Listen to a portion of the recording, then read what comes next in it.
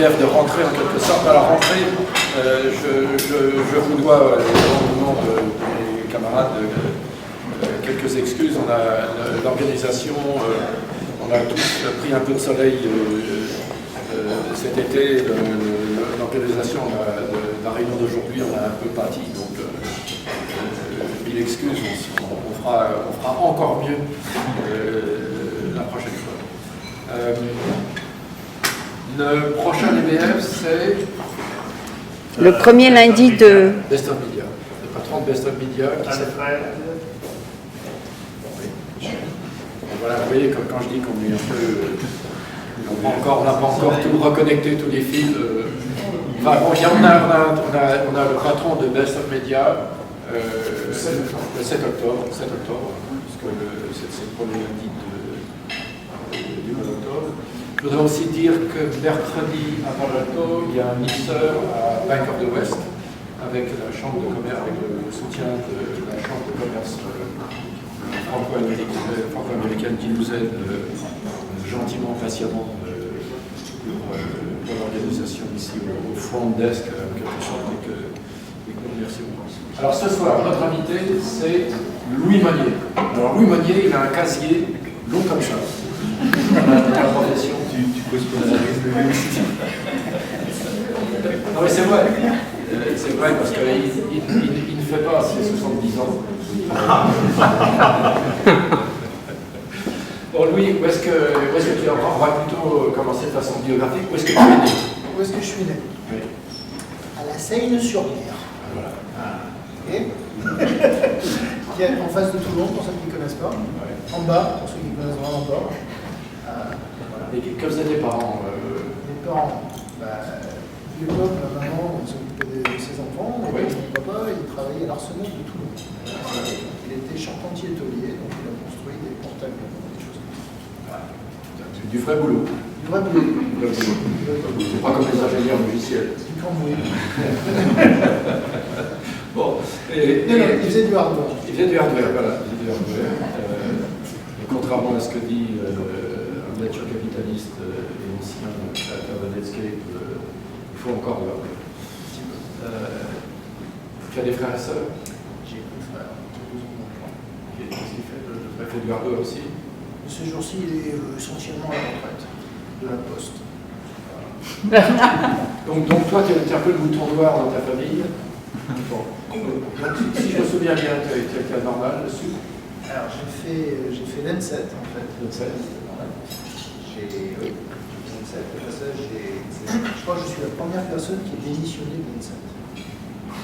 Le directeur ne savait pas quoi faire. Je suis allé voir très gentiment, j'ai dit voilà, on m'offre un travail à l'INRIA, avec mon cours, Institut de recherche. Vous savez ce que c'est que l'INRIA? Oui. Institut Oui, de recherche. oui, évidemment, toi, tu sais. Dans les anciens bureaux, dans les anciens locaux de l'OTAN. Ça nous sert en cause de temps. J'habite au squash dans la Après que De Gaulle a dit. Et donc je suis allé voir le directeur de l'ENSEP, je lui ai dit voilà, on m'offre un travail. Et ça m'intéresse plus, parce que d'enseigner c'est bien, mais enseigner la même chose tous les ans, je vais m'ennuyer. Tandis que la recherche, ça change tout le temps. Donc je choisis la recherche. Bonne chance. J'ai dit mais je dois pas, je sais pas, on va rembourser quelque chose. Non, c'est jamais arrivé. Il n'y a pas de temps. Donc bonne chance. Donc de fonctionnaire, tu es devenu chercheur. L'INRIA, il faut juste rapidement. Il y a beaucoup d'inventions de l'informatique moderne, et en particulier de l'Internet, qui viennent de l'INRIA. Il y a eu le CERN, dont on connaît le rôle. Il y a eu Manchester, en Angleterre, où toute une partie de l'informatique est née à Manchester, en fait, en Angleterre. Et il y a eu l'INRIA. Pour des raisons, il y a des rencontres comme ça. Et des endroits magiques et juste une bonne personne. Il y a ton camarade Bertrand Servet qui sort aussi. Bertrand, Jean-Marie Hulot. Jean-Marie Hulot. Bref. Et pour ceux qui sont tous pas deux, Philippe Lagelet, qui était une espèce de Léonard Euler des temps modernes, mathématicien. Il y a des Faugeras. Faugeras, oui, on va t'entendre. L'école, ma voix baisse. Olivier Faugeras, qui est énorme contribution à tout ce qui est traitement de l'âge. Donc tu étais chercheur, et quel était le domaine qui t'intéressait à l'époque? J'ai J'étais matheux, donc c'était tout ce qui était algorithme. J'ai fait une thèse sur la factorisation la factorisation des nombres. Donc c'était relié à tout ce qui était au début de la cryptographie. C'était les années où RSA de sortir, donc la cryptographie, la vraie cryptographie, celle qui faisait pas lire la MSA. Et donc, c'était un sujet chaud, donc j'avais étudié les maths pour ça et j'avais fait une thèse là-dessus. Comme vous le savez sûrement, pour l'essentiel, la cryptographie repose sur une asymétrie. C'est-à-dire qu'il est beaucoup plus facile de multiplier des nombres que de deviner la composition de facteurs de ces nombres. Alors je sais que c'est une grosse simplification, enfin c'est quand même la vérité essentielle, c'est une asymétrie. Très facile de multiplier, difficile de deviner. Et donc il y a tout un tas de choses qui ont été bâties là-dessus. Donc tu as fait de la recherche là-dessus. Et qu'est-ce qui t'a amené, tu es resté combien de temps à l'Amérique? J'étais allé il y a 3 ans, je pense, à peu près. 3 ans. Et puis, alors, ce qui m'a amené aux US, c'est mon service militaire. Logique. Le nombre, sérieusement, depuis qu'on fait, alors incidemment, l'année prochaine, on va fêter les 20 ans de l'EBF. Donc si vous avez des idées pour ce qu'on pourrait faire pour faire une petite fête, eh bien, vous êtes les bienvenus. Mais le nombre d'invités à l'EBF qui ont commencé comme VSN, VSNE, etc., c'est incroyable. Il y en a ici. Et donc, on t'a envoyé, ils t'ont envoyé ou Non, c'est plus compliqué que ça. Donc, je voulais faire quelque chose et bon, pour faire le Midas par la ça me plaisait pas beaucoup. Donc, j'avais regardé les histoires de coopération, VSN, etc. Donc, c'était bon, il faut enseigner les maths au Maroc. D'accord. Bon, moyen. Et puis, j'avais fait un voyage. Maintenant, si on est intéressé à faire de la recherche. Donc, ça fait une grosse coupure. Donc, j'avais fait un voyage l'année précédente, en 79, à Carnegie Mellon. J'avais été exposé un petit peu au j'avais vu des trucs qu'on ne voyait pas. J'avais absolument aucune idée. Pour moi, l'ordinateur, c'est un machin qui sortait des grosses feuilles en faisant beaucoup de bruit. Et puis, il y avait des jeux vidéo, on jouait à des jeux vidéo sur des écrans graphiques, etc. Qu'est-ce que c'est que cet endroit? J'avais vu ça, j'ai dit, je suis aux US. Et grâce à quelqu'un qui était à l'INRIA, mais qui travaille aussi au ministère de l'Intérieur, ou je ne sais quoi, on a fini par trouver que si on prenait le règlement et qu'on lisait comme ça, et qu'on clignotait les yeux, on pouvait faire mon service militaire dans une université américaine. La seule contrainte étant que je devais être pauvre. Pour me payer. C'était facile à trouver. Il fallait que je sois très pauvre, donc j'étais payé pratiquement rien. Donc je suis parti pendant 2 ans à Carnegie Mellon, à Pittsburgh, faire ça et c'était grandiose. À Carnegie Mellon, c'est là où il y avait Mac, la version d'Unix qu'on trouve dans une machine assez répandue. Je laisse deviner laquelle. Et j'ai rencontré beaucoup de gens qui m'ont dit les années suivantes, ça fait tâche d'huile, donc il y a beaucoup de gens qui ont dit on veut faire comme lui. Et puis les suivants vont dire on veut faire comme lui. Donc il y a toute une traînée de gens qui ont, d'année en année, qui ont fait la même chose. J'en ai rencontré quelques-uns, apparemment. Donc tu as fait 2 ans à Carnegie Mellon, et qu'est-ce que tu as fait à Carnegie Mellon? 3 ans. Qu'est-ce que j'ai fait? Alors là, à l'époque, ce qui était le sujet chaud qui permettait de travailler sur des gros machins, des grosses données, c'était les circuits. À l'époque, on dessinait des circuits intégrés, on faisait le software pour concevoir, prouver, etc., des circuits intégrés. Donc j'étais là-dedans. C'était un point chaud, il y avait beaucoup d'argent qui venait de DARPA. Donc j'ai fait ça pendant quelques années. C'était quelle année? Pardon? C'était quelle année? Ça, c'était 80 à 83. Fin de 80. DARPA, voilà encore une institution devant laquelle on doit s'incliner. On doit s'incliner parce qu'on lui doit tout ou presque. L'Internet, le vrai Internet a été inventé par DARPA et par d'autres choses dans l'informatique. Et puis finalement, la météo m'a eu. Parce que Pittsburgh, c'est moins 48 heures. Ah oui. Donc c'est gentil, c'est bien, les demi-saisons sont très jolies. T'as été au sport, non? Alors, l'été insupportable, l'hiver est pire, les les demi-saisons sont vraiment jolies. C'est aussi simple que ça. Donc il y a quelques mois de l'année où c'est très joli. J'ai fini par me raisonner et je suis venu ici. Ici, Arc, Xerox Park. et Ça c'était à nouveau l'autre moins intéressant. Sauf que c'était intéressant parce que donc, je suis allé à Parc, je suis passé, puis une interview, j'ai reçu une offre, des gens qui étaient assis à la Computer Science Lab, qui essentiellement nous venaient toutes les légendes, l'Alto. Alto, c'est le prédécesseur du Mac. Prédécesseur du Mac. Le concept d'éditeur de graphie, le concept d'éditeur de texte, tout ça c'est sorti de ce petit labo de 30 personnes, PostScript. Et entre le moment où j'ai reçu mon offre et le moment où je suis arrivé avec une valise, l'endroit avait explosé. Il y avait eu une grande bataille entre les gens de la recherche et les gens de Xerox. Tout ça c'était Xerox. Les gens sérieux de Xerox qui avaient dit c'est bien votre recherche, mais carrément. C'était en quelle année ça 80. 80. Été 80. J'arrive. Hello. Vite. Quelques survivants. La plupart des gens qui avaient été, je dirais, oubliés. D'accord. Pas forcément les meilleurs. Et bon, et Xerox qui essayait de dire oups, on a un petit peu merdé, donc on va essayer de réparer ça. Bon, tous les petits jeunes qui arrivaient, là, on vous aime beaucoup, on vous donne des sous, faites ce que vous voulez, amusez-vous, essayez de redorer un petit peu le blason, parce que ça fait des ordres, c'est pas ça. Et donc pendant 6 ans, j'ai embauché Bertrand, c'est Hervé. Petit gars, il ira loin, hein. Bien sûr, il est très bien Bertrand. J'ai embauché Pradip Sindhu. Pradip, c'est le fondateur de Juniper. Il est pas mal aussi, il ira loin aussi. Donc quelques personnes, Rick Barth qui a fondé Rambus. Donc ça c'est des petits gars qui étaient pas mal du tout. Et puis bon, on s'est amusé, on a expérimenté pendant 6 ans, on a fait des trucs, des machins, des circuits intégrés, du software de tous les sens.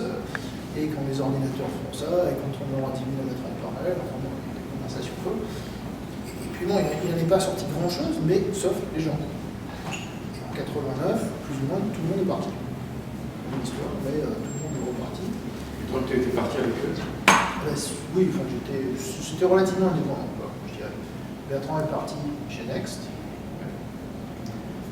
qui est plus tard, quand chacun s'est acheté Apple. Oui, en fait, oui. Moi, Heureusement. Moi, j'ai cherché un autre labo, les éditions que j'ai eues, elles sont vraiment comme ça. Moi, j'étais dans un autre labo qui appartenait à DEC, qui à l'époque semblait être une boîte raisonnable, donc c'était à Palo Alto. Alors, c'est très très drôle, DEC, pour ceux qui ne se rappellent pas, Digital Equipment Corporation, espèce de. C'était l'IBM, c'était le IBM wannabe. Fondateur, personnage très intéressant. Bizarre. Vraiment intéressant. Kenolson, c'était un type du Vermont, un Quaker. Qui était spécial. Il avait quelques fixations en particulier pour lui. Sa formation, c'était le packaging, c'était de faire les boîtes pour les ordinateurs avec la place pour là où on met le transformateur, etc. Et pour lui, la puissance de l'ordinateur, son volume physique et son prix devaient être proportionnels. Okay. Bon, donc, j'ai vu un jour le VAX 10 000, ça s'appelait, qui était $1 million moins 1 centime. J'en ai vendu un. Et Sun, pendant ce temps-là, vendait tout ce qu'il pouvait. Voilà, fin de la parenthèse, en 80, non, c'était en 89, donc j'étais chez DEC, labo de recherche, pareil. Ensuite, de la recherche, pendant des années, j'ai joué avec des tas de machins. DEC s'est un jour saisi, donc j'ai pu mettre les mains sur les premières machines 64 bits, des machines qui avaient 1 gigabyte de mémoire. Attention, on ne veut pas, monstrueux. Donc j'ai pu jouer avec des trucs qu'on ne pouvait pas acheter à l'Apple Store qui n'existait pas. Donc ça c'était en 89, pendant plusieurs années. Vas-y, pose-moi une question. Non, je me remémorais en t'écoutant parce que j'ai vu la chute de DEC d'un autre point de vue.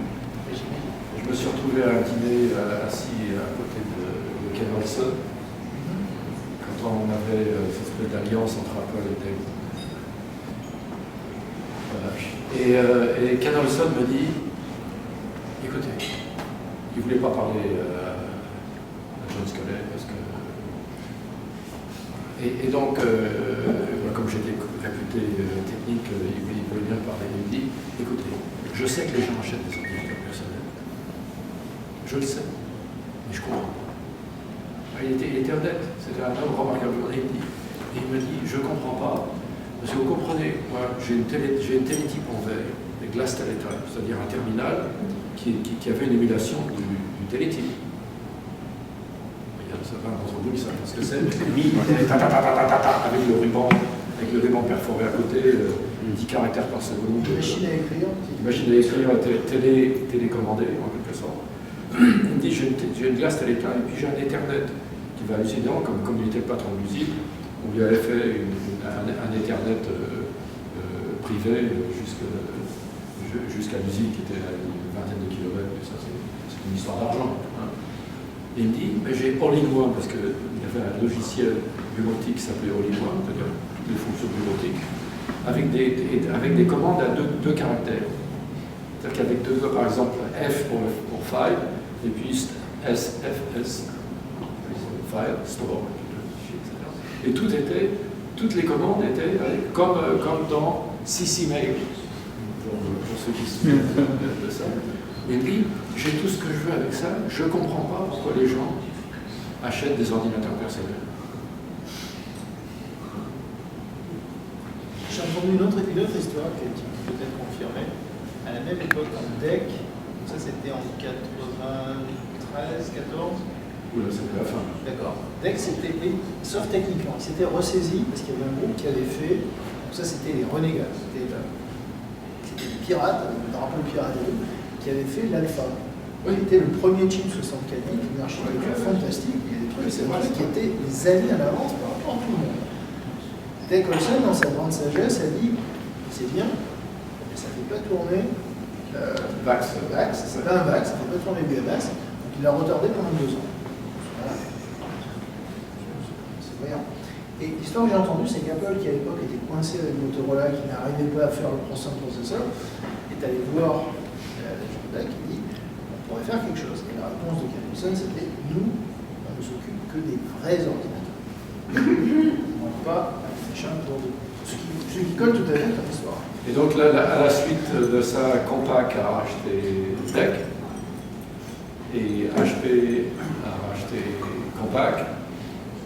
Bon, pour la suite, il faut attendre un peu, mais ça va venir assez rapidement.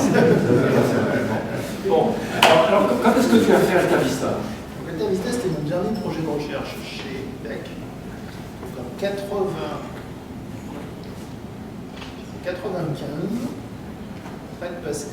la boîte était en mauvais état. La boîte était, ils faisaient bêtise après bêtise, ils se faisaient tirer des baffes dans la presse, ils ne savaient pas ce qu'ils font, tout le monde avait peur.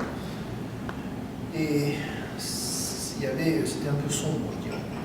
Et j'étais dans un labo de recherche, alors c'est ça qu'il faut expliquer sur DEC, ça aussi c'est fantastique. Donc, si vous prenez une carte, vous voyez, à l'époque, il y avait DEC qui était sur la côte est, et puis il y avait une présence dans la baie.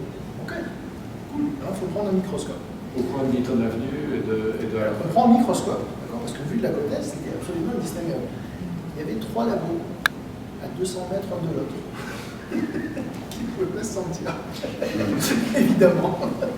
Il y avait un Litton, là où il est là aujourd'hui, il y en avait un, moi c'était le vidéo qui était sur Ramona, une espèce de mission espagnole lyophilisée. Et puis il y en avait un troisième qui était dans le même bâtiment, mais quand même on ne savait pas. Et ces gens dans ce bâtiment, dans cet autre labo, NSL, qui était le network system là, avaient commencé à avoir diffuser Internet et avaient compris ce qui commençait à se passer. J'avais eu des démos très tôt de Mosaïque et des premiers browsers, des choses comme ça. Je suis pas ça. Et vraiment, au hasard des conversations et tout ce qui est écrit en général est relativement sanitisé, ça se dit en français. Désinfecté. Petit à petit, j'ai fini par conclure, bon, je vais essayer de m'amuser. De toute façon, d'abord de recherche, on faisait ce qu'on voulait. Il n'y avait pas de règles, il n'y avait pas de donc j'avais commencé à jouer tout seul, en allant taper les copains. Et toi, tu es bon avec le multiprocessing, viens m'aider, parce que là, j'essaie de faire un machin, il y a vraiment des mouvements en parallèle, ça va être très dur, viens m'aider. Et puis toi, tu as l'air de t'y connaître en DNS. Alors, viens m'expliquer DNS, parce que c'est la documentation impossible. Donc, en à peu près 6 mois, j'ai bricolé un truc qui pouvait crawler le web. C'était un des premiers crawlers qui allait très vite. C'est un robot logiciel qui va dans un site web, qui rentre au sommet du site web et qui regarde chaque page, parce que chaque page donne des indications sur les pages subordonnées. Donc algorithmiquement, c'est assez facile de ramper, d'explorer ça, en notant des choses. Par exemple, en notant le contenu ou en faisant un résumé, en mettant dans une base de données un résumé de chaque page avec son adresse, quelques indications. Et donc j'avais écrit une version de ça qui allait très vite, qui permettait de récupérer une page. J'avais récupéré une machine, je ne sais pas comment. Qu'est-ce que j'avais fait d'autre? Tu avais libéré une machine. J'avais libéré une machine. J'avais travaillé avec un autre gars qui avait un vieux soft qui permettait d'indexer une espèce de news en interne. C'était l'autre labo. Déjà, je traitais avec l'ennemi. Je pactisais avec l'ennemi. L'autre labo, il y avait un gars extrêmement malin, un vrai très malin, qui, il faut expliquer la culture du labo. Ce labo, c'était les gens qui étaient partis de parc. Les partis de parc, ils avaient fondé, ça s'appelait le CRC. Et dans ce labo, c'était c'était une espèce de box intellectuelle constante. D'accord? Donc ce qui était vraiment important, c'est de retourner dans les emails que les gens s'étaient envoyés en disant « Jean-Louis, je t'avais bien dit il y a 5 ans, tu vois mon email là, que ce langage c'était de la merde et que celui-là était vachement mieux. Et maintenant, tu vois, là c'est prouvé. Ha! J'ai 2 points de plus. » C'était ça le jeu. Donc il était très important de garder une trace de tout ce qui avait été dit. Donc il avait écrit un moteur de recherche pour l'email interne. Parce que c'était vraiment critique. Il pourrait le vendre à la NSC, parce que vous savez que la NSC, quand le Parlement américain a demandé à la NSC de produire des emails internes, et la NSC a dit on n'a pas la technologie pour ça. Non, sérieux, hein.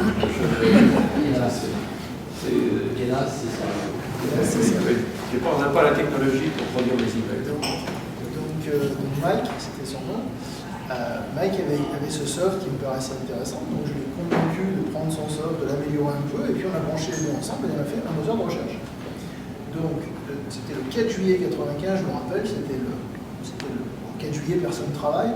J'avais un petit peu la trouille, j'ai dit bon, je vais démarrer mon crawler, je vais enlever le frein, je ne sais pas trop ce qui va se passer, mais à mon avis l'internet a un peu tremblé. J'ai fait ça quand personne ne travaillait. J'ai reçu quelques emails, qu'est-ce que vous faites? Et j'ai récupéré, je crois que j'ai récupéré 2 millions de pages, qui étaient plus que tous les moteurs de recherche à l'époque avaient. Donc j'ai dit, bon, c'est gros l'internet. Alors j'ai refait ça un mois plus tard, et là j'ai eu 10 millions de pages, alors j'ai dit, bon, c'est vraiment gros l'internet. Vraiment énorme, personne sans doute. Et là, entre-temps, j'ai réussi à persuader DEC. Ça, c'est vraiment la genèse d'Altavista. J'ai réussi à persuader DEC, qui était donc en chute libre avec un problème de relations publiques monstrueux, qu'il fallait qu'ils me financent ce truc, qu'ils me donnent quelques machines, qu'ils me laissent plancher ce truc tranquille, et que j'allais leur générer de la publicité positive. Et qu'ils avaient essentiellement rien à perdre, parce qu'au point où j'en étais. Donc ils m'ont laissé faire ça. Donc ce soit pas du hardware, etc. Et c'est ce qui s'est passé. Donc j'ai bossé sur le truc, j'ai tout mis ensemble, on était deux là-dessus. Un petit peu d'aide des copains, mais personne n'était là-dessus à temps plein. Et n'ayant aucune idée de ce qui nous attendait, c'était le 15 décembre 1995, la veille du lancement, je ne sais pas comment, on a enlevé le verrou en disant bon, on va tester comme ça. Ce jour-là, on a eu 200 000 requêtes. Tombé du ciel, parce qu'on avait donné l'adresse à personne. On ne sait pas. Et vous savez, il y avait suffisamment de buzz. Et puis on l'a lancé, et donc là, ça a été la folie absolue pendant au moins 2 ans. Voilà, ça c'était l'histoire. C'est les débuts du moteur de recherche visible par un consommateur, en fait, par le grand public. Par le grand public qui avait suffisamment de couverture de l'Internet, de vitesse de réponse. Parce qu'il existait des moteurs de recherche, mais ils étaient tout petits, très limités, très bêtes, ou payants et garnis. Ouais. Oui. En gros, il fallait payer pour avoir la réponse. Oui.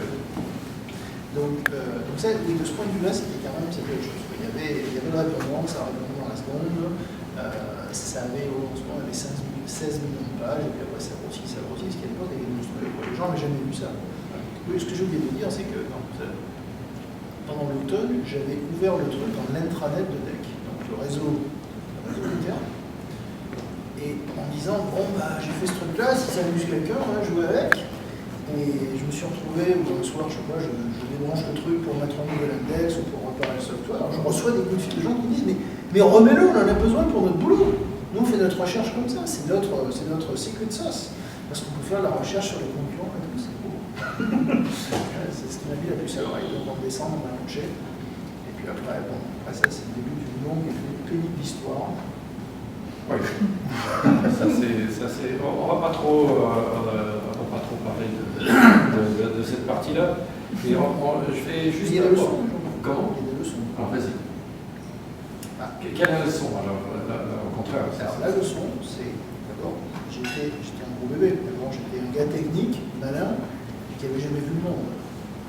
Donc, j'ai jamais pris le temps de regarder et de dire, bon, qu'est-ce qui se passerait ici? Alors là, nous avons une compagnie qui fait des grosses machines, qui est en chute libre. Moi, qu'est-ce que j'essaie de faire? J'essaie de faire un truc qu'ils n'arrivent même pas à comprendre.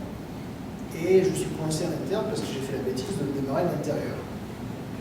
Bon, ça va mal finir. Il est temps d'attraper mon parachute. Mon parachute, j'en avais déjà eu. 3 jours après le lancement, je rentre à la maison et lui, ma femme, me dit il y a un gars qui a appelé, avec un gros accent qui s'appelle Binode. Binode, c'était Binode Khosrow, qui était au bord de Excise, qui à l'époque était le moteur de recherche qui montait. Bon, je le rappelle, il me dit qui il est, je ne sais pas qui il est, il me dit je suis un venture capitaliste, je ne sais pas ce que c'est, et il me dit bon, bah, je voudrais, voilà, je veux te débaucher parce que c'est une grosse épine dans le pied, c'est machin, est-ce que tu peux. Je dis je vais réfléchir, je dis je n'ai pas compris ce qu'il me demande, je vois pas pourquoi. Bon, voilà, c'est ce genre de. Alors, ça, c'est une leçon.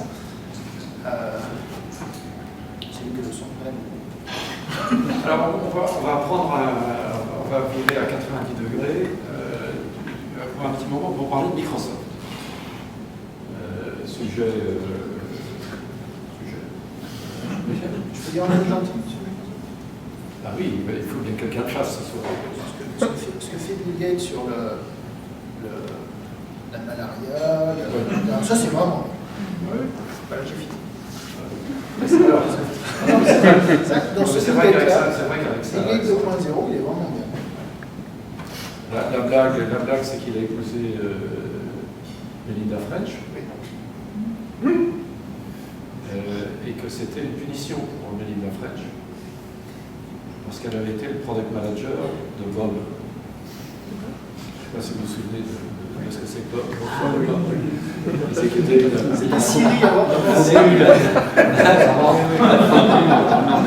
Une horreur logicielle de Microsoft. Elle était le product manager et que comme punition, on lui a dit c'est pas gentil. J'ai honte de ce que je dis. Non, en fait, ils sont très bien mariés, très contents. Et en effet, Bill fait beaucoup de bien. En particulier en disant, écoutez, avant de... il faut d'abord qu'il y ait des égouts. Il faut mettre de l'argent dans les égouts. Et s'il n'y a pas d'égouts, les maladies vont continuer de se propager. C'est vraiment très bien. Alors, bon, Microsoft, ils avaient de l'argent, ils en ont encore beaucoup. Ils avaient des clients, ils en ont encore beaucoup. Pourquoi est-ce que Microsoft n'a pas une présence plus grande que n'importe qui dans le search? Le search. Innovators Dilemma. Parce que pour attaquer. Ben non, il n'y avait pas de produit à protéger. Il n'y a pas de produit à protéger, ok, d'accord. Bêtise. Il n'y a pas de produit à protéger, mais tu mets tout l'argent dans les choses qui sont les tiennes. Il y a déjà cet aspect-là. Mais admettons, je pense parce qu'il y avait un mépris du client chez Microsoft que Google a pu utiliser pour son compte. Chez Microsoft, le client, c'était l'imbécile. Parce que, ouais, on lui met 12 menus, s'il n'est pas content, on en met 35. Comme ça, on lui demandera de plus cher, parce que comme ça, eh bien, ils en ont pour leur argent. Et s'ils sont pas contents, ils vont recruter leur truc. Et après, il faut qu'ils éditent leur registry, et puis voilà, ça les occupera. Puis on installe le système tous les quelques mois, comme ça l'ordinateur est content. Hein, vous avez passé votre samedi à quoi, les mecs? Bon. Donc voilà, c'est ça Microsoft, et je crois que c'est.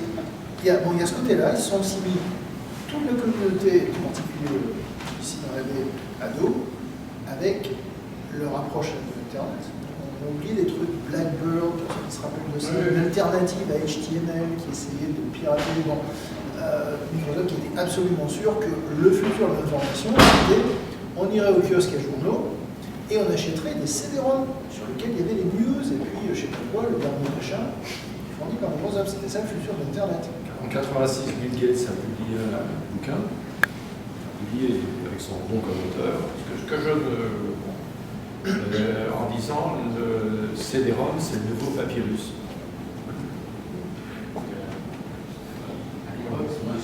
Non, c'était pas forcément idiot, mais il y a un moment où il faut dire, on sera juste là. Par exemple, on va arrêter de faire des ordinateurs, on va se lancer dans le DIA, et puis dans des boîtes qui ont changé leur nom pour montrer qu'ils avaient dit, on a compris quoi. Non, il y a pas, comment ça s'appelle Nathan Mirford, il est aussi remarquable. qui est devenu pirate en brevet. Oui, lui, il est devenu pirate en brevet, mais ce qu'il a fait surtout, c'est qu'il a juste raté l'Internet. C'est pas comme s'il avait raté quelque chose d'important. Il a complètement raté l'Internet. Nous, on ne sommes jamais arrivés. C'est le nouveau CB, pour ceux qui savent ce que c'est que CB. Citizen Band, les radios, les gens qui se parlaient Les camionneurs qui se parlaient sur l'autoroute pour se prévenir des contrôles de feu. Ça, en 94, 15, 16, c'était le gars qui voulait freiner, puis il y a un article en disant que l'Internet, c'est possible, c'est une mode qui va passer en 3 ans. Donc je crois qu'il y a, mais je crois profondément, si je réfléchis, c'est le mépris du client, c'est le mépris du consommateur. Alors si tu étais bombardé PDG de Microsoft, qu'est-ce que tu ferais? Et quand je dis bombardé, Bon, c'est un peu tard. Hein. Je crois que Microsoft, éventuellement, la seule chose qui va les garder vivants, c'est le fait que tous nos emails, tous les dossiers légaux que François envoie, etc., sont en Word, Excel, PowerPoint, et qu'on aura tous peur de convertir en autre chose, parce qu'il y a toujours un risque. Je pense que c'est ça qui vend. Très bien, moi j'ai tort, parce que j'ai pas envie de me débarrasser. J'ai dû mettre Office sur mon laptop, et ça me gêne. Même des boutons. mais attends, tu vas l'avoir sur ton iPad bientôt. Toujours est-il. Non, je sais pas, je pense qu'ils ont raté. Donc, ils ont essayé de protéger Windows et Office. Ils ont protégé Windows et Office. Windows, c'est plus particulièrement intéressant. Office, je pense que c'est ce qui va survivre longtemps. Et le reste, ça a été un ratage après l'autre. Parce que ça a été des extensions de Windows et Office. D'accord, le début, il ne faut pas oublier. Bing, le début, c'était MSN. MSN, c'était on va vous forcer à utiliser Microsoft Passport, on va vous forcer tout simplement. Microsoft C'est Passport. pas particulièrement Internet. C'est pas ouvert et puis les mecs ont choisi de ne pas prendre quelqu'un Microsoft. Pardon? Non mais MSN, il n'y a pas si longtemps que ça finalement. Ça a été construit par Microsoft pour tuer CompuServe. Ça a été pour tuer CompuServe, c'était un service comme CompuServe, avec un accès modem, etc. Et avec des interfaces applicatives pour développer des applications qui marchaient sur ce réseau-là, qui étaient bien meilleures que celles de CompuServe, parce que développer pour CompuServe, c'était quasiment impossible. Donc c'était le projet, c'était pas du tout... on parle de 95. Hein. On parle de 95 quand, en 94, Netscape, le browser Netscape était déjà visible, Mosaic avant, Spyglass, enfin, tous ces outils-là étaient déjà très visibles et que ça démarrait très rapidement. Et je termine là-dessus en disant qu'une chose que je trouve mystifiante, c'est que Microsoft, qui voulait s'imposer en mettant ses standards partout, comme Office, donc Office sur le Mac, pour être sûr que les gens utilisent des standards, il n'y a pas d'Internet Explorer sur autre chose que Windows. Alors que Google a Chrome sur Linux, Mac, Windows, mais ils ont imposé, ils ont développé, ils imposent l'imposition qui en plus est pas tout bon, partout en disant on va avoir le tampon Google partout avec des choses un peu inégales. Et je suis mystifié avec le recul par le fait que Microsoft a laissé faire ça. Il y a Internet Explorer sur le Mac. Oui, mais il n'y a plus.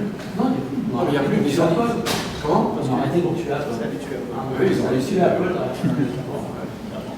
Alors dis-moi, on va sauter un peu. Tu es rentré chez Google? Je ne donne pas assez bonne réponse sur Microsoft. Ah non, mais ça va. Je peux dire un truc? Oui, oui, Dans ma nouvelle boîte, dont je vais parler plus tard, je interdis les PC. Je ne veux pas de PC. Parce que. Sécurité. Même pas sous Linux? Hein? Même pas sous Linux? Ah, si, Linux, c'est très bien. Ah, mais c'est un PC.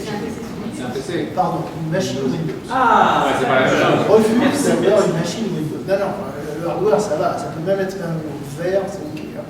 Mais c'est l'OS. Alors, on va faire attention au prochain processeur Intel avec un backdoor NSA parce qu'ils ont un système d'encryption qui fait partie du processeur, qui est vendu comme tel pour rendre des choses plus faciles. Et si vous l'utilisez, le gouvernement de la République vous remercie. Enfin, sur le n'utilise pas aussi. Oui. Dans les deux cas. Alors, on va parler de juste Google. Google, 2 ans chez Google. Qu'est-ce que tu as appris en 2 ans chez Google? À quelle époque? Non, attends, tu as sauté plein de choses. Oui, je sais. D'accord, j'ai passé 4 ans chez IBM, j'ai fait de la recherche chez IBM, c'est moi qui faisais de la recherche, j'ai l'innovation, etc. C'était très excitant de faire de la recherche dans une boîte qui ne comprend pas l'innovation. Moi, justement, c'est pour ça que J'ai ça. IBM. Ah, il est pas mal. 2 ans chez Google, l'inverse. On est tous les pays, vous voulez changer de valeur. La valeur, c'est vous avez Google. Donc, comprendre l'innovation, vous ne pouvez pas manager quoi que ce soit.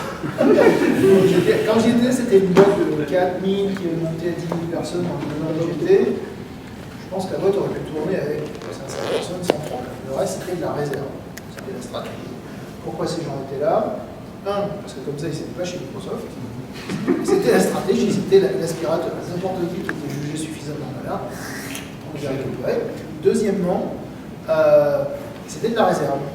Donc, on achète Keystone et on en fait Google Earth.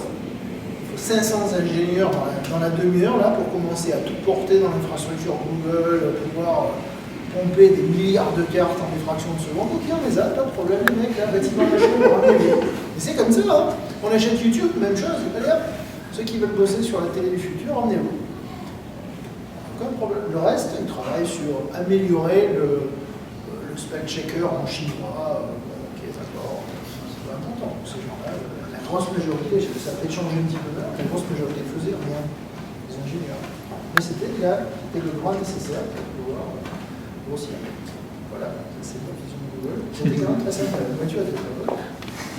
Mon travail principal, bon, j'ai fait quelques petits trucs techniques, mais mon travail principal, c'était de recevoir des délégations européennes de sous-ministres et de leur faire visiter Google. Enfin, c'était pas mon job, mais ça avait fini comme ça. Et le département de HR, tu parles plus d'une langue. Oui, bah, ils adoraient, je sais pas, c'était ça. Pose-moi des vraies questions sur Google. C'est un peu.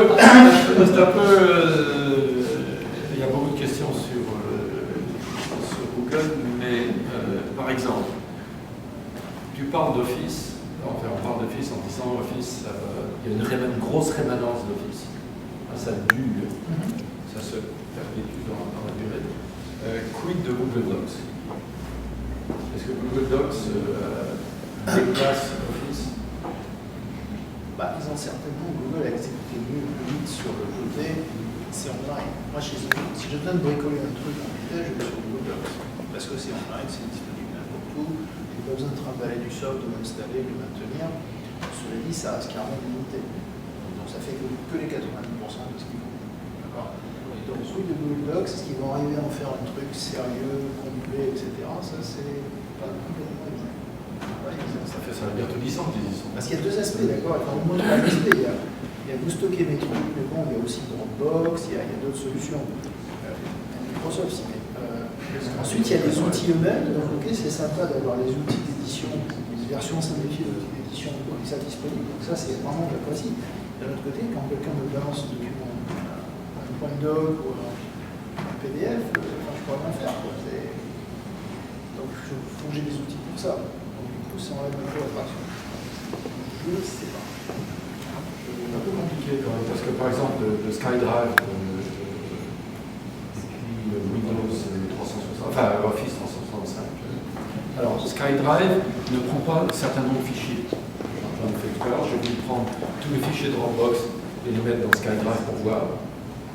Et échec complet. Donc ça, c'est intéressant. Mais par contre, Google ne lit pas certains fichiers PDF que Windows lit très bien. Que Office Online lit vraiment très bien. C'est encore, c'est très bizarre, c'est que c'est du 90%. Il y a plein de solutions qui existent, et on vous vend ça en disant, vous allez voir, maintenant c'est fini, vous n'avez plus besoin de future. Et vous vous rendez compte que, pardon? La négation absolue, non? Oui, mais c'est pas pareil. Moi, je suis un grand fan de iCloud, sauf on ne lancez pas là-dessus. Sauf quand je reçois un truc d'un avocat avec les trucs en rouge, etc. Et c'est Alors maintenant, parle-nous de ton business actuel. T'as sauté plein d'épisodes, d'accord. Le business actuel. Alors, le business actuel, ok, voilà la vraie histoire. Donc, puisqu'en 95, ma femme a reçu ce coup de fil de ce binode, il se trouvait binode. Je connais binode depuis longtemps. J'ai fait même une start-up où il était au bord. 99, je sais plus. Et je le vois régulièrement, puis il y a à peu près 9 mois, je le rencontre à une partie, il me dit qu'est-ce que tu fais? Je raconte pas grand-chose. J'ai un petit job, qui est loyer, mais quand même, c'est pas ce qui me passionne, c'est dans la pub, je peux vivre sans. Donc je cherche quelque chose d'intéressant. La santé. Ok. La santé. Grandiose, je regarde, j'ai plein de boîtes, j'ai des trucs dans le portefeuille, et je sors, des mots. Il me montre ce truc. Ce truc, c'est une caisse pour un boîtier pour un iPhone. Il me fait cette démo. Qu'est-ce qu'il sait ce que c'est? Le live conversation. Ouais. Donc voilà. Donc ce que c'est un électrocardiogramme à l'envers. Avec un machin sur toujours vivant. C'est presque trop. Pardon? C'est les 84, c'est l'émotion. Non, j'ai bu plein de café aujourd'hui, donc ça c'est normal. Et donc il me montre ça. Ok. Ça c'est une de mes boîtes, j'en ai 40 comme ça, des trucs, des devices pas possibles, voilà. Tu devrais venir incuber chez nous. Alors, pendant 6 mois, j'avais un bureau chez Linode, en plus de mon travail à temps plein. Et j'ai essayé de comprendre un peu le domaine de la santé, qui est un machin plus que bordélique. J'ai jamais rien vu comme ça. Et donc je vais vous donner la version simplifiée de ce que j'ai fini par faire. Donc au bout de 6 mois, alors là j'ai trouvé un cofondateur, qui est un professeur à Stanford, qui est un mec absolument génial. C'est la première fois où je suis pas l'expert en quelque chose. Donc je suis vraiment ravi de bosser comme ça. C'est un gars qui a une formation de Toulouse, il est indien, et c'est une espèce de star de la bioinformatique. Il fait des trucs qui sont vraiment intéressants et passionnés, vraiment, c'est vraiment intéressant. On s'est rencontrés, on fait une boîte qui s'appelle Miguel Shah, S-H-A-H. Et donc on s'est rencontrés dans cette période, on a pas mal discuté, on a décidé de faire une boîte, Vinod l'a financé. Donc depuis, on incorpore la boîte en mai, il l'a financé en juillet, donc là ça fait un mois et quelques que j'ai un compte en banque. Donc je suis en train de faire le start-up. Petit bureau à Palo Alto. qui s'appelle Kyron, K-Y-R-O-N, qui est le nom, non pas du tout, c'est le nom de domaine qui était disponible. Il n'y a pas d'autre raison. Le domaine était court et disponible, et il me plaisait. Il n'y a aucune histoire, il faudrait que je l'invente. Donc, le startup. Donc, On va trouver. Il y a des îles quelque part, alors les mecs qui se guérissent en faisant ça, et la déesse qui fait ça. Donc le start-up, hein, comme quand on était jeune. Donc les bureaux à Palo Alto, qu'on a plein de week-ends, les machins Ikea qu'on dit, etc. Je me régale, je m'amuse. Sauf que j'essaie de bien le faire. Il y a beaucoup de start-up, c'est quand même, il y a énormément de manque d'expérience. Là, j'essaie de ne pas faire tout faux quand même. Donc j'embauche une équipe, que des mecs bien, j'ai des conseillers, que des mecs bien, qui chantent bien. J'embauche ma première femme en 2 semaines. Oui, numéro 3. Ah ouais. Et qu'est-ce que je peux dire de malin? Donc quel est le sujet de la boîte? C'est un petit peu ambitieux. Alors, ça part de la remarque suivante. La médecine, c'est un peu spécial. C'est pas une science. Et alors, il faut bien le comprendre, c'est pas une science. Il y a des petits domaines de la médecine. En général, les domaines où il y a des instruments, des machins, on met des trucs dans des pipettes, on met des fils électriques. Bon, il y a un petit bout de science. Tout petit bout. Alors, le reste, c'est n'importe quoi. C'est un gars qui a fait 10 ans d'école pour avoir suffisamment de cas pour pouvoir renifler. Non, je pense qu'il n'y a pas d'infection. J'étais aux urgences hier soir avec mes gamins. Non, il n'y a pas d'infection. C'est juste une inflammation. Ok, oui, c'est. Il n'a aucune idée. Moi, je veux le gadget à $100 qu'on va coller sur le machin et qui va dire avec 100%, ok, il n'y a pas d'infection. Bon, non, le gars. Non, il n'y a pas d'infection. C'est ça la médecine. Il y a très peu de science dans la médecine. Il y a énormément de choses qu'on ne sait pas, et ça n'empêche pas les gens. Enfin, les gens, ce sont les hôpitaux, etc. Aujourd'hui, en particulier aux US, et en particulier avant que Obamacare commence à se mettre en place, qui ne vont pas hésiter à faire quelque chose parce qu'il faut faire quelque chose. Jean-Louis, tu me parles un peu pas, je vais prescrire ce truc. Ça te fera du bien. Ah, maintenant, tu as un effet secondaire à cause de ce truc. Bouge pas, je te prescris un autre pour réparer l'effet secondaire. Ah, ben zut, ces 2 machins-là, ils interagissent pas bien. Bah, écoute, on va t'opérer parce que finalement, le truc que ça engendrait, c'est pas comme si tu en avais vraiment besoin. Donc, voilà. Et si vous croyez que ça, c'est une blague, je vais vous donner la statistique qui me vient dans la nuit. Quelle est la 4e cause de mortalité aux US? Maladie nosocomiale. Les prescriptions, Des maladies qu'on attrape à l'hôpital. Non. Pardon. les ordonnances. Oui, les ordonnances. C'est je peux dire en français, les interactions entre les médicaments. C'est la 4e cause de mortalité après le cancer, etc., maladie cardiovasculaire. Bon, 17, je veux bien, 43, ok, mais non, 4e, c'est hallucinant. Et ça a plein de formes. Ça peut être, ah ben zut, la pilule, c'était pour le gars dans le lit d'à côté. Il y a ça. Il y a, ah oui, j'ai donné le dosage pour l'adulte. C'est dommage parce qu'il a 3 ans. Ouais, ça va faire des ordres. Bon, il y a ça aussi. Et puis, bon, il y a aussi, on vous a donné ce truc-là parce que vous avez absolument, on est convaincu que vous avez ce truc-là, puis vous ne l'avez pas. C'est autre chose. Mais, et ça aussi, ça arrive souvent parce que le diagnostic, c'est complètement pif. Pas de science, quoi. Comment est-ce que Chiron J'y arrive. J'ai tapé le problème. Encore sur le premier slide. Ça arrive sur le deuxième après. Ça fait mal. Ça fait vraiment mal. Donc, et puis, ce qui paraît beaucoup, c'est que il n'y a pas d'études. La seule manière aujourd'hui d'obtenir, de créer de la connaissance médicale, c'est les double-blind clinical trials. Randomized clinical trials, d'accord? Donc on prend des gens. Alors voilà, on a cette nouvelle pilule, on pense que ça va guérir le diabète. Ok, alors vous allez me chercher 100 mecs, hein, on ne va pas s'embêter avec les femmes quand même. 100 mecs, blancs, hein, si ça ne vous gêne pas, entre 35 et 45 ans, qui ont juste le diabète. Ils n'ont rien d'autre, hein. Ils ont juste le diabète. S'ils ont de l'asthme, ils ne comptent pas. S'ils ont autre chose, ils ne comptent pas. Je veux dire, bon, on va enfiler à 50, on file la pilule blanche, à 50, on file la pilule rose, et puis après on fait les stats. Alors là, on est super soigneux, les statistiques. On n'est pas là pour rigoler. Bon.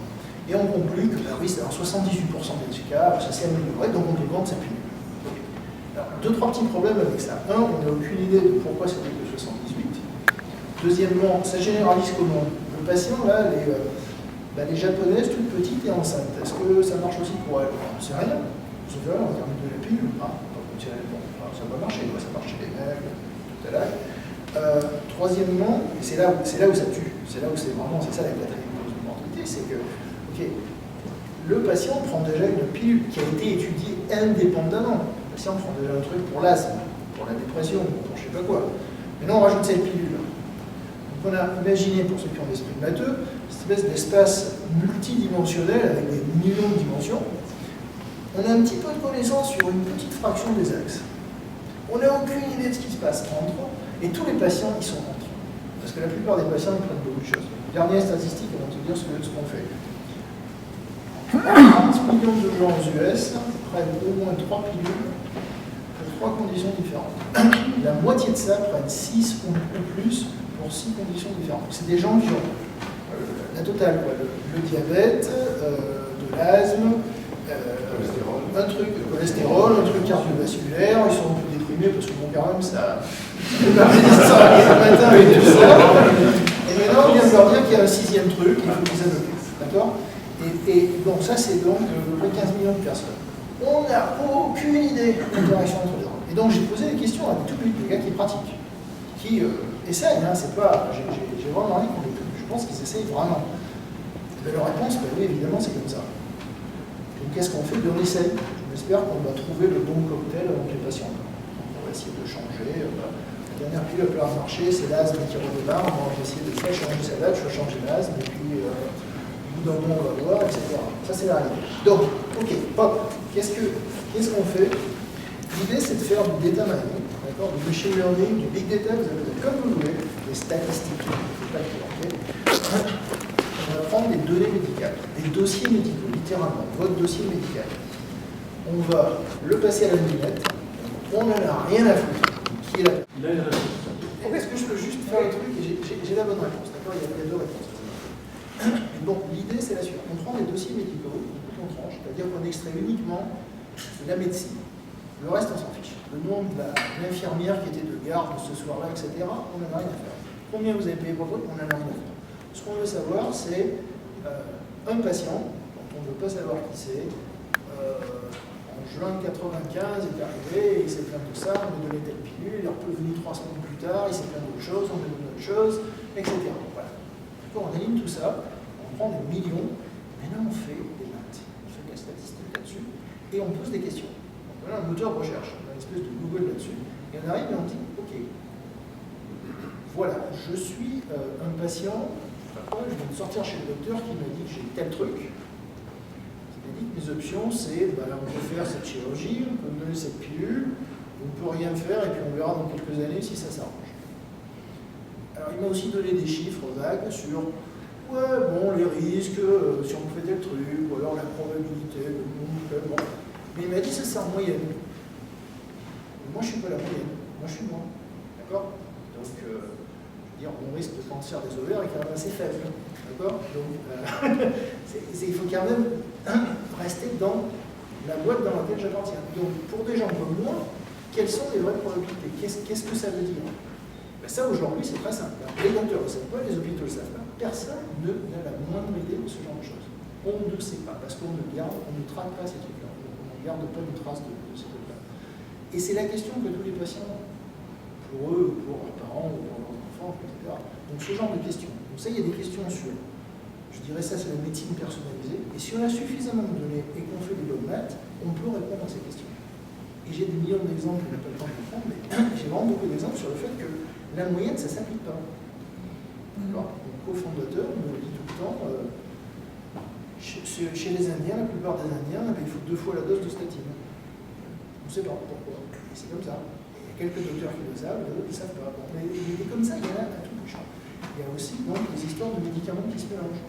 Les personnes qui donnent 3 médicaments, maintenant on leur prescrit les 3 pour aller regarder ce qui s'est passé à tous les gens qui ont pris ces 3 médicaments. Et puis ceux qui ont peut-être pris les 2, et puis celui-là on a changé avec quelque chose de semblable, mais pas la même chose, et voir si c'est mieux. Donc ça c'est des dizaines de millions de personnes de US, c'est pas du tout. Hein. Encore une fois, c'est la 4e cause de mortalité. On pourrait essayer d'en parler un petit peu. Donc c'est ce genre d'idée. C'est Il y a plein de termes. Ça s'appelle, je ne saurais pas le dire en français, clinical trials, virtual clinical trials, donc des essais cliniques virtuels, d'accord? Ça ne coûte rien. Mais la question, si j'ai bien compris, Oui, j'ai bien j'arrive compris, à la question c'est la Where do you qualité get de the data l'échantillon. from? Ah, ok. Alors, La les qualité données, des Deux Where do choses. you get the data from? Deux choses. Une, c'est d'aller voir quelqu'un qui a déjà des données et de leur demander gentiment, et très poliment, s'ils veulent bien partager leurs données, une fois qu'on enlève toutes les informations identifiantes. Oui. This is a selection process which is as random as us skewed and as selecting males between 30, white males between 30 and 40. Non, Are you gently giving me your data? It's as skewed as the other? non, moi je parle d'aller frapper à la porte de l'hôpital de Stanford, de Kaiser. Then I will give it there.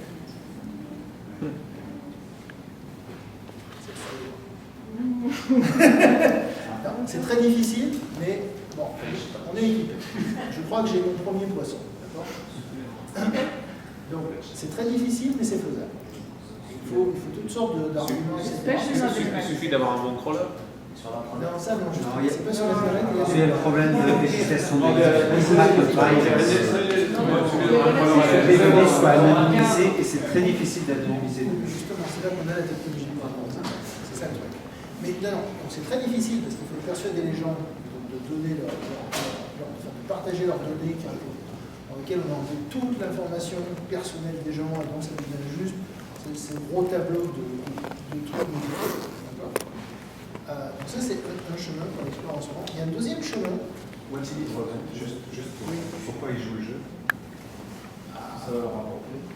What's in it for them? Parce qu'ils ont quelques questions, en général des questions très bêtes, ils ont quelques questions qui les intéressent et ils ne savent pas le faire. Donc ils sont prêts à faire ça. Parce qu'ils veulent être les premiers, au cas où ça marche.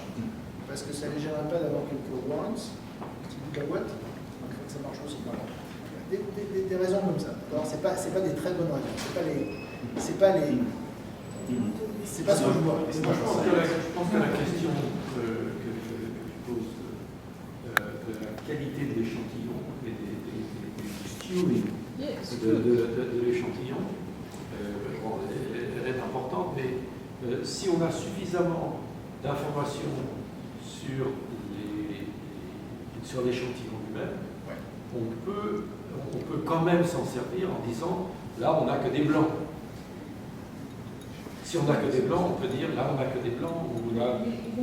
Non, mais si on le sait, parce que si j'avais les données de l'hôpital de Stanford ou les données de, je sais pas, d'une boîte qui a acheté 1000 petits cabinets de docteurs, je sais que ça serait données différentes. D'accord, les cabinets de docteurs, il y aura beaucoup de rhume de grippe, l'hôpital de Stanford, il y aura beaucoup de trucs cardiaques.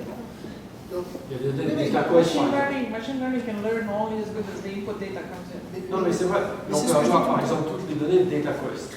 On connaît DataQuest, c'est le laboratoire d'analyse médicale qui a pas un monopole, mais enfin qui. il y a l'accord. Comment? Il y a l'accord. Qui a une bonne situation. Et donc on peut, par exemple, dans un domaine limité, essayer d'avoir anonymisé toutes les analyses de CBC, le bilan sanguin complet, et puis les deux trucs qu'on fait d'habitude, CBC et métabolites. Pour voir par exemple les insuffisances rénales, un truc qui coûte très cher à la société, sur la dialyse. Parce que ça c'est prolongé, ça coûte très cher et c'est très dangereux. Parce que la dialyse crée toutes sortes de maladies avec. Et donc si on peut avoir un échantillon des analyses d'urine sur une population suffisamment large, pour voir la créatinine, enfin des trucs comme ça, enfin, la créatinine et puis un autre métabolite que j'ai oublié, on peut savoir beaucoup de choses utiles pour l'avenir. C'est vraiment une bonne question et c'est bien d'être sceptique là-dessus. Ce que j'ai appris, d'accord, l'exemple, un cofondateur qui donc lui fait ça dans le domaine de la recherche à Stanford. Il est à l'école de médecine à Stanford, il fait ça depuis 3 ans, il a accès aux données de Stanford. C'est petit, c'est biaisé, d'accord, on ne voit pas les rhumes là-dessus, on ne va pas Stanford pour un rhume, il est là parce qu'on va se faire réparer le cœur ou des trucs comme ça. En dépit de ça, il a publié toute une liste de papiers qui sont les papiers listés, les tops, on ne peut pas faire mieux, etc., dans des tas de domaines, dans lesquels il arrive à trouver des choses qui ont le biais de Stanford ne gêne pas. D'accord ? C'est des trucs sur justement les interactions de drogue, Il a montré qu'on pouvait retrouver les histoires du Vioxx, pour ceux qui se rappellent de ça. Ah oui, Le débat en 2005, 2004. Il montre que juste avec des données Stanford, c'est pas un beaucoup. anti-inflammatoire non stéroïdal. Il y a eu ce qu'on appelle les NSAIDs, il y a un scandale. Qui causait des crises cardiaques. Ouais. C'est un problème. Il y en avait pas mal au genou. Ah, le genou, c'est allé. Donc, et ça a été, évidemment, les gars qui l'ont poussé à essayer de retarder ça le plus possible. Et juste les données Stanford, donc c'est entre 1 et 2 millions de patients. C'est pas beaucoup, c'est petit, d'accord, on parle de l'OSD. Avec ça, il montre que les données étaient absolument claires, rouges et clignotantes, 2 ans avant. 2 ans avant. Il a recréé ça pour 6, juste encore une fois, juste avec les données Stanford, 6 des courses, des rappels de. Enfin, quand on a enlevé des médicaments du marché, il y en a eu 9 dans les 10 dernières années, et il en a retrouvé 6 comme ça avec 2 ans d'avance. Et il y a des résultats, et c'est intéressant, il y a des résultats qui sont aussi des trucs positifs. Par exemple, je vais montrer qu'il y a une maladie, ça s'appelle, en français c'est sans espoir, c'est la crise cardiaque dans les jambes, dans les artères des jambes. Ça se bouge, on boite un peu, puis après éventuellement il faut scier. Ça fait des ordres. Thrombose, c'est dans les veines, non? Ça c'est les artères. C'est l'embolie. Dans l'artère, c'est le bolus. Toujours est-il. Donc ce truc-là, il y a un médicament qui marche, et parce qu'il est dans la même classe qu'un médicament qui a été prouvé il y a 20 ans, qui peut-être causé des crises cardiaques, etc., il y a un avertissement gros comme ça sur la boîte qui dit vous prenez ça, vous allez mourir pour sûr. Donc c'est presque jamais prescrit. Et il a fait l'étude et montrait que, ben non, ce truc-là, il n'est pas dangereux et c'est le seul médicament qui marche. Donc il y a du positif. C'est, bon, arrêtez de faire les doutes. Si quelqu'un veut vraiment prouver que ce médicament est dangereux, ils ont pu faire l'étude. Et en attendant, les statistiques, les vraies données montrent que c'est pas vrai. Donc il y a plein de résultats dans toutes ces directions. Bon, moi je suis ça m'ouvre l'appétit. Non mais sérieusement, d'un point de vue personnel, quand on est de mon âge, en disant maintenant c'est l'entretien, on ne bâtit plus, on peut toujours déboucher les gouttières. Et donc il y a un aspect de la médecine chronique qui est important, et donc de préventif ou de surveillance, la médecine de surveillance qui est quand on est tout jeune, qui est extrêmement important, parce que les mécanismes de compensation, la raison pour laquelle les gens de 50 ans qui sont trop gros ont du diabète, c'est pas parce qu'ils sont diabétiques. On est diabétique de naissance, de façon génétique. Mais ce qu'on appelle le diabète gras en français, ou le diabète 2 en anglais, c'est quand les mécanismes de compensation cèdent, ils se sont fatigués, l'organisme n'est plus aussi souple qu'avant, et il y a un mécanisme de compensation de l'excès d'absorption de calories, en fait, qui finissent toujours par fabriquer du sucre, qui s'effondre, et on vient d'être diabétique de façon, ils appellent ça ici, un diabète adulte. Le diabète adulte. Adult onset. Donc il y a tout un tas de mécanismes comme ça qui sont très importants. Alors maintenant, on va revenir sur. Alors, quelle est la plus grosse bêtise que tu aies faite? Oui, bah vas-y. La dernière phrase sur la blague que je suis en train de faire, parce que je suis quand même assez passionné. L'idée, dont je vais donner plein d'exemples, c'est juste ça. C'est si on avait accès à beaucoup de données, de la bonne qualité, etc. Je ne vais pas dire la deuxième manière. La deuxième manière, c'est par les gens, en fait. On demande aux gens de partager leur dossier et ils le font. Vous avez intégré le F-Vault, ce genre de données depuis Charles? Oui, sauf que ça, c'est la bêtise, ça ne marche pas personne. Parce que ça ne fait rien. Moi, Vous pourriez intégrer les données, les vital signs. Oui, bien sûr, mais moi je veux partager mes données si en échange on me donne de la magie. On répond à des questions impossibles. Je veux savoir des trucs sur moi personnel. Les gens qui sont comme moi, quand on leur fait tel truc, quand on leur donne telle pilule, en moyenne, qu'est-ce qui leur arrive? Des questions comme ça. Ça m'intéresse. Bon, Healthvault ou Google Health, quand c'était à mon époque, je mets mes données ici et je vous promets que vous pouvez les récupérer, à quoi ça sert? Mais c'est ce genre de données, c'est des données de santé. On commence par le médical, on peut rajouter d'autres choses. Bon, Si on a suffisamment de données, de qualité, etc., et qu'on fait les bonnes mathématiques dessus, on peut apprendre une quantité phénoménale de nouvelles sciences médicales qui est directement utilisable. D'accord? Ne prenez pas sa pilule avec sa pilule parce que ça a une probabilité de temps de de vous poser telle virgule, prenez l'autre à la place. Il n'y a pas de mal dans tout ça. Et puis si quelqu'un veut le vérifier pour 100 millions de dollars, ils peuvent aussi juste prendre les chiffres. Donc voilà, c'est ça. Est-ce que c'est une preuve de concept en synthèse que vous êtes en train de faire? Est-ce que c'est une Une preuve de concept, une proof of concept. Ah non, le proof of concept, il est déjà fait, c'est la recherche de mon cofondateur. Donc ça, c'est non, là, C'est déjà fait. Faire un produit. on produit Un des service. services. Et avec un tableau, avec des post-it partout. Et c'est quoi le Qu'est-ce business? qu'on peut faire comme produit? Pardon. Le business, c'est quoi? Le J'ai business, compris la c'est- problématique, mais Là, je suis au comment on point- fait les sous avec? Là, je suis au point faible où j'ai la mauvaise réponse qui est c'est une technologie et il y a beaucoup de possibilités. Alors, ça, évidemment, ça fait grincer les dents de BBC, ça. Parce que ce qu'il faut, ça, c'est pas ce qu'on entend. Ce qu'il faut, c'est choisir. Donc, le business, c'est des trucs magiques pour les consommateurs, répondre à leurs questions. D'accord. Et j'ai vraiment une très longue liste de questions que les consommateurs devraient poser. Donc, une espèce de Google pour leur santé à eux. Et ça, évidemment, c'est gratuit. Et en échange de leurs données. Et pour les hôpitaux, pour les docteurs, etc., c'est essentiellement la promesse de toute cette nouvelle connaissance, pour pharma aussi, c'est-à-dire des boîtes auxquelles on va sauver leurs médicaments, montrer qu'il y a 10 fois le marché de tel médicament, ou leur épargner la prochaine catastrophe d'Aex en disant ne le donnez pas aux gens qui prennent cet autre truc.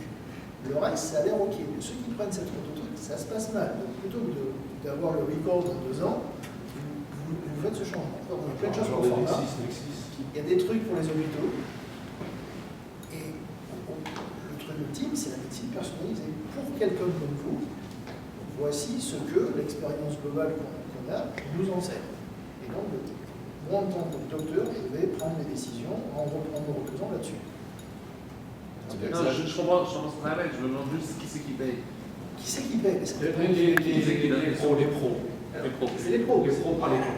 Les hôpitaux, D'accord. les hôpitaux, pharma, ceux qui ont beaucoup de sous aujourd'hui et qui sont prêts, et qui en général ont des questions très bêtes. Donc, je pense que continuellement, on va faire des trucs mal avec ça. Il y a encore beaucoup de faire aujourd'hui, c'est des questions très bêtes.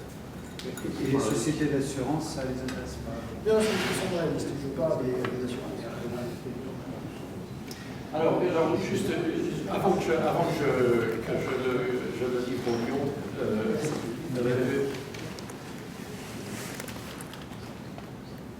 deux questions. Est-ce que tu as un violon par exemple,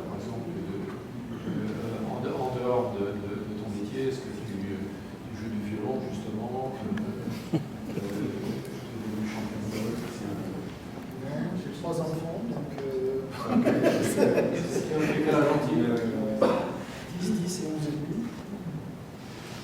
Oui, ça, tu vas être occupé là. Donc, oui, ça, c'est du bon. Et j'ai acheté un petit bureau. Ah, voilà. D'accord, petit hélicoptère. Là. Cherchez sur le web, trouvez sur le web, je crois que c'est dans Gizmodo, il y a 2 vidéos avec un hélicoptère, 2 vidéos par drone de Burning Man. Gizmodo, Ça, c'est 2 tout. vidéos de Burning Man, et ça aussi, c'est... Alors bon, et J'ai pas le temps. quel est la... Non, ça, je comprends. Je comprends. Les gens me demandaient quel est votre... Ah bah j'adore l'informatique. Ah bon, donc, le week-end, qu'est-ce que vous faites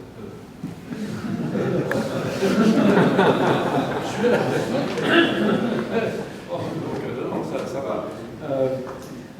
Est-ce qu'il y a une erreur que tu as faite qui t'amuse rétrospectivement et que tu voudrais nous raconter? Ah, j'en ai beaucoup. Non, mais on a tous, je veux dire, on a tous beaucoup. J'en ai déjà donné une. C'est quand j'ai dit à Linotte que je le rappellerai, puis j'ai jamais rappelé parce que j'ai jamais compris ce qu'il voulait. C'était une bêtise. Altadistal, le bénéfice que j'en ai retiré, il était dans les premiers 3 mois. Après, c'était. Il y a ça, puis j'ai aussi. J'ai été approché par le au tout début, et c'est pareil, j'ai pas compris ce qu'il voulait parce qu'il voulait rien dire. C'était tu viens et après on te racontera. Non, me raconter, et moi je dis. On a fait tout un dîner comme ça, puis à la fin j'ai pas su. C'était dommage aussi. Ok, donc écoute, je te livre au Lyon. Aux questions, pardon. J'ai une question, c'est comment est-ce qu'on passe de chercheur qui s'amuse un peu toute sa vie à businessman essentiellement, puisque vous êtes businessman. Donc dans cette recherche d'un business model, dans cette recherche. Comment s'opère cette transition? Il faut se faire très peur. En fait, c'est la première fois où je suis. Bon, c'est moi qui dirige la boîte. D'habitude, je me débrouille toujours d'avoir un fondateur qui est assez bête pour dire ok, je serai le CEO, moi je suis CTO, quelque chose comme ça, et donc je fais tout le travail amusant, je fais la techno, j'ai une petite équipe, etc. Et puis après, ça foire parce que les gars, ils ne savaient pas. D'accord. Là, c'est la première fois où je prends un risque et c'est vraiment chouette, parce que pour l'instant, je ne peux rien faire moi. Je vais être un petit peu CTO, mais non. Il faut que je fasse confiance aux gens, donc j'ai dû apprendre, et je suis vraiment content de le faire. Parce qu'il y a tout un côté, j'ai l'impression que j'ai grandi. Il y a un petit côté, moi je peux prendre la voiture tout seul. Et j'ai fait ça, je crois que je l'ai fait, je me suis forcé pour prouver que je peux le faire. Il n'y a pas de. Je sais pas, j'ai pas pris de cours, j'ai pas suivi des séminaires, j'ai pas de gourou. Bon, j'ai des copains qui m'ont fait, à qui je pose des questions, mais c'est. Donc tu es un bon investisseur. J'ai un bon investisseur, etc., qui sait aussi garder la passion, je ne vais pas m'endormir, mais c'est. Enfin, je ne sais pas comment dire, je crois que j'ai peut-être aussi atteint la conclusion que je ne peux plus faire cette bêtise une fois de plus. Parce que d'être le gars qui va faire la techno, le produit, etc., et pas s'occuper de gérer ou de soucier du business model, éventuellement c'est là où le plus gros bêtises va être faite. Parce que je sais que du point de vue technique, je me planterai. D'accord. Je peux me dire jamais. C'est pas ça qui me fait peur. Ça serait l'autre côté. Donc c'est là où il faut que je mette l'effort. Un jour, je trouverai le partenaire parfait à qui je peux faire confiance, mais c'est pour pouvoir arriver. Voilà, c'est pour ça. Donc, je me suis forcé. Eric, pardon. Surtout aux US, et notamment dans le domaine de la santé, donner des prescriptions très, très précises, c'est pas un peu risqué. C'est pas apprécié. Un peu risqué. Un peu risqué, oui, à la limite de la médecine. Apparemment, si c'est gratuit, c'est ok. On peut être charlatan, c'est légal. Au point de vue légal, j'imagine au point de vue légal, c'est ça. Non, du point de vue légal, oui. C'est-à-dire que votre moteur de recherche pourrait dire non, il faut prendre ça, il ne faut pas prendre ça. Le résultat, il y a des morts, et vous avez un Ceux processus. qui ont pas remarqué les publicités à la télé, elles disent demandez à votre docteur ce qu'il pense. Non, mais il y a bien des biens, mais c'est quand même la question. Oui, non. Je vois pas, comme on dit, il y a des avocats pour ça. Non, il ne faut pas pratiquer la Non, mais médecine. sérieusement, évidemment. Oui, mais il faut avoir l'assurance pour ça. Oui, il y a l'assurance pour ça. Vous avez l'assurance pour ça? Ouais, l'assurance pour ça. Mais bon, l'idée c'est de ne pas pratiquer la médecine. D'accord. C'est pas ce qu'on veut faire. Ce qu'on veut faire, c'est donner aux gens, les exposer à des données qui sont aussi objectives que possible. Et leur dire, maintenant, vous réfléchissez, vous allez avec le docteur, vous faites ce que vous voulez. Vous allez faire de toute façon. Ça va remplacer les espèces. Ça, c'est notre truc que j'ai découvert, c'est tous ces blogs de patients, les registries, etc. Dès que quelqu'un a un problème, d'accord, un cancer, quelque chose, ils deviennent l'expert mondial sur le truc. Ça pousse leur tout livre. Sur ce petit truc-là, ils en savent énormément. Ils sont absolument passionnés, ils ne veulent absolument pas. Alors là, les histoires de privacy, ils prennent leur dossier et puis ils le mettent là. Voilà, si quelqu'un a une idée, voilà ce qui m'est arrivé, vous me dites ce que je peux faire. À ce point-là, j'en ai rien à foutre de privacy. Donc, je sais pas, cette énergie, on pourrait quand même l'aider un peu, parce que c'est quand même au hasard, d'accord. Ah ben j'ai lu dans un machin que si on prenait des cataplasmes Il y a énormément de sites aujourd'hui qui déjà dispensent, si j'ose dire, des conseils et de l'information médicale sur les interactions médicamenteuses, sur le traitement pour tel symptôme, ou sur un symptôme. Si vous allez dans Google, vous tapez votre symptôme, vous allez avoir plein de réponses. Aujourd'hui. Ça, on peut pas empêcher les gens de faire ça aujourd'hui. C'est d'essayer de. Et Google n'est pas responsable. Non, mais c'est du user generated. Ben, pas vraiment, il y a d'autres choses. Il y a aussi des sites qui ont des opinions de docteurs. Donc, il y a un site que je connais, ils sont aussi dans le portfolio de Cosla, qui s'appelle HealthTap. Donc, c'est un espèce de site où les docteurs d'un côté, les patients de l'autre, les patients posent des questions, les docteurs répondent. Et alors, c'est c'est toujours, là c'est assez standard. Quelqu'un qui arrive, qui dit voilà, voilà mon problème, blablabla, qu'est-ce que je dois faire? Il y a un docteur qui répond, ah, bah, il faut absolument faire ça, et l'autre qui répond, il ne faut surtout pas faire ça. Voilà, à la radio, moi, je me souviens, quand j'ai appris l'anglais courant en écoutant un poste de radio où il y avait tous les jours un docteur qui répondait à des questions de personnes au téléphone sans les avoir vues. Tout ça. Il y a quand même une doctrine en droit, et je parle devant un avocat, qui est de l'intérêt public.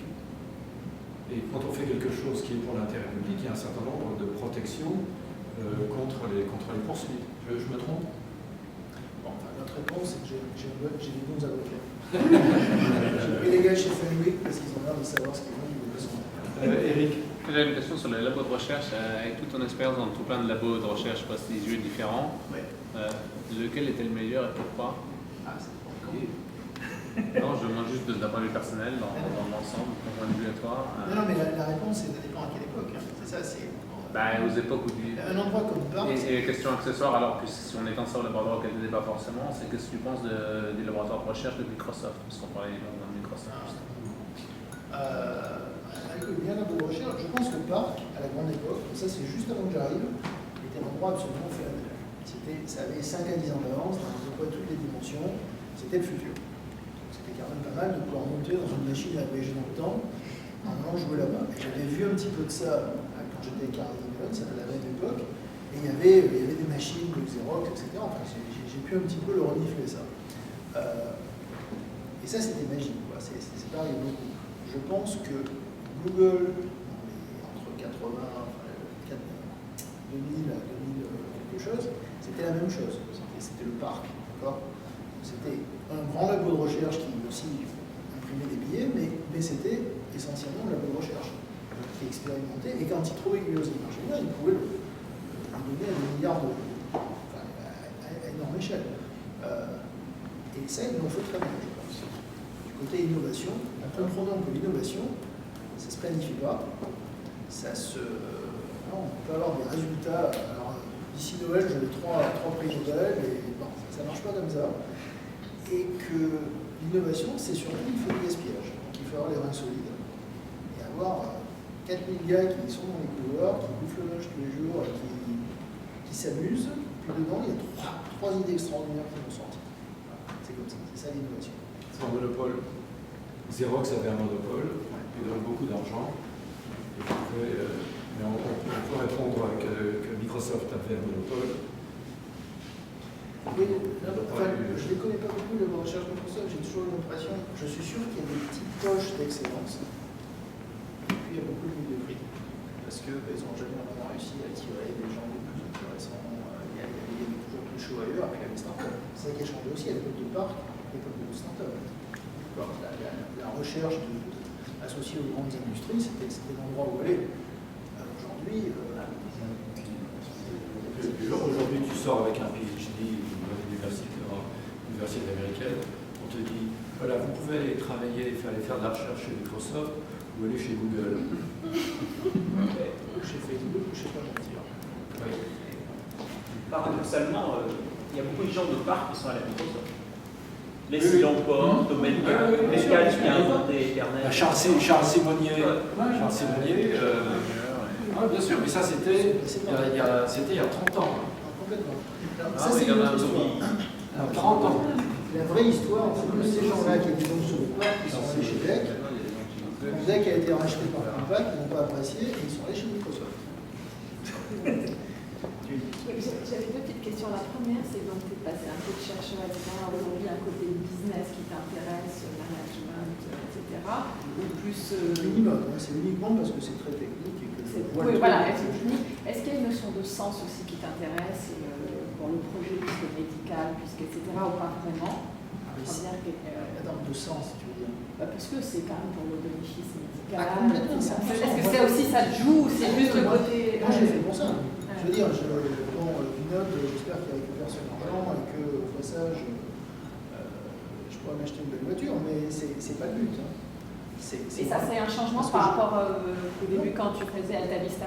Mais non, c'est pareil, parce que Alta Vista, je veux dire, c'est passé par un riche. Hein. C'était pour une Universal, c'était un succès. Quand il y a eu Impact, c'était monstrueux. La première fois, donc moi c'est ça, la drogue c'est ça. La deuxième question. Et la deuxième question, c'est le côté un peu français, etc. Est-ce que j'ai entendu parler quand même de plusieurs petites sociétés, notamment avec des facs de médecine, etc., qui se développent, qui font pas exactement la même chose. Parfois, c'est sur une maladie, la sclérose en plaques, mais on rassemble des données, on fait une appli qui essaye de donner quelle est la meilleure solution, des meilleurs médicaments, analyse médicaments, etc.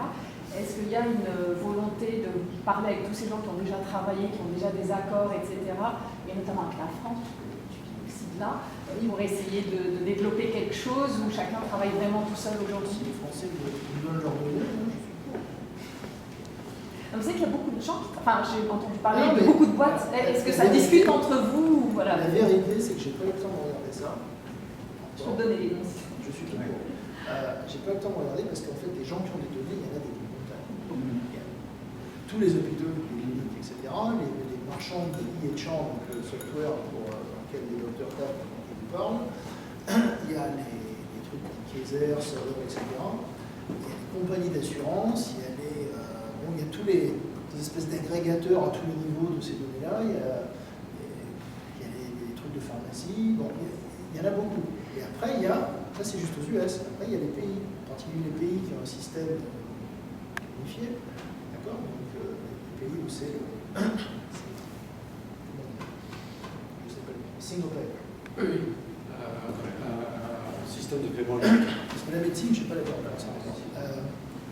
Alors là, c'est encore plus intéressant parce qu'ils ont tout. Parce que le problème qu'on a aujourd'hui, je reviens à la question de tout à l'heure, c'est un des gros problèmes des données, c'est si j'ai les données de Stanford, je ne vois pas ce que le dentiste a prescrit à ce gars-là. D'accord? Si la question c'était est-ce que tel antibiotique, ah ouais, c'est le dentiste qui l'a prescrit, j'ai pas ça, mais aussi juste Stanford. Ou inversement. Quand il y a un single pay, on voit tout, absolument tout, et ça c'est grandiose. Enfin, c'est ce que je veux. Donc, et ça, il faut les frapper ailleurs. Il faut les parler à d'autres pays. Et c'est une conversation intéressante. Et donc, c'est ça aussi, tu l'envisages, de parler un peu. Une dernière question. En quoi ça se différencie de patientslibrary.com, qui est un grand site où tous les patients donnent leurs données? Oui. Patients Library, c'est les patients qui décrivent leur truc, et il y a, je crois, un tout petit peu d'analyse par derrière, mais pas beaucoup. Donc, c'est plus, Patients Library, c'est plus, ça crée la communauté de gens qui ont, chaque fois qu'ils mangent ça, ils ont mal à tel endroit, donc ils essaient de comprendre, et puis est-ce que quelqu'un a trouvé le truc magique qui va arrêter, etc. Et donc, c'est plus une grosse agrégation de petites communautés. Et c'est tout.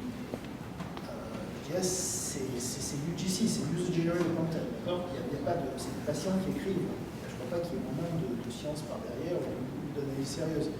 Là, c'est vraiment de partir de trucs objectifs. D'accord? Énorme matrice, d'accord? Des millions de concepts médicaux, des millions de patients sur des années. Et maintenant, on tourne la manivelle et il sort que, on n'est pas ça et ça. Et justement, ce qui est nouveau, c'est pas des données, c'est la technologie, les plans d'expérience et tout ça, c'est quand même pas très nouveau. Alors, ce qui est drôle, c'est que dans d'autres domaines, ça, c'est des nouvelles, c'est pas des nouvelles. Les deux exemples favoris, c'est la publicité. La publicité, c'était un domaine assez poussiéreux, avec des gars qui mâchouillaient des cigares pendant le déjeuner, et c'est devenu, j'ai passé 2 ans là-dedans, c'est plus tu as de données, plus tu gagnes. Il faut être malin pour extraire la dernière goutte d'optimisation. Deuxième exemple favori,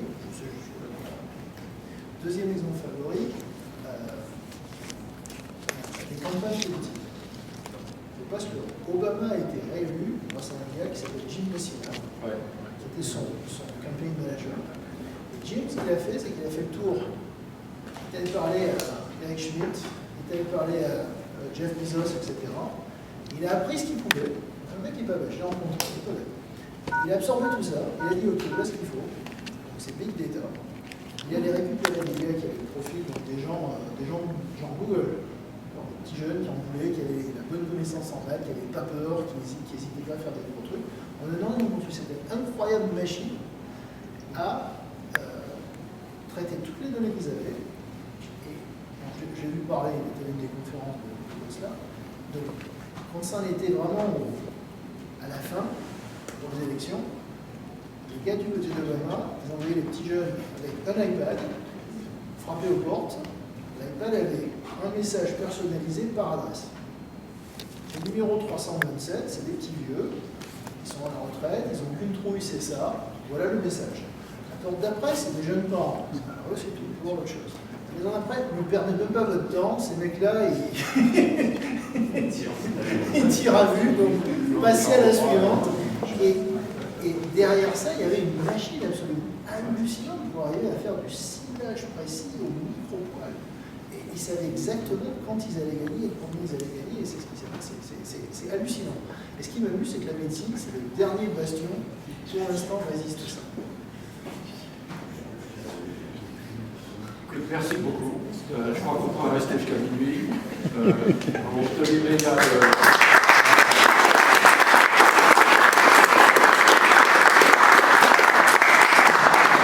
un sujet passionnant par un homme passionné, avec beaucoup d'expérience. On n'a pas parlé de toute ton expérience professionnelle, parce qu'à nouveau, là, mais de toute façon, il y a le bar, donc vous pouvez continuer. Merci beaucoup. Moi, je suis ravi que tu sois venu partager à la fois ton expérience et tes projets.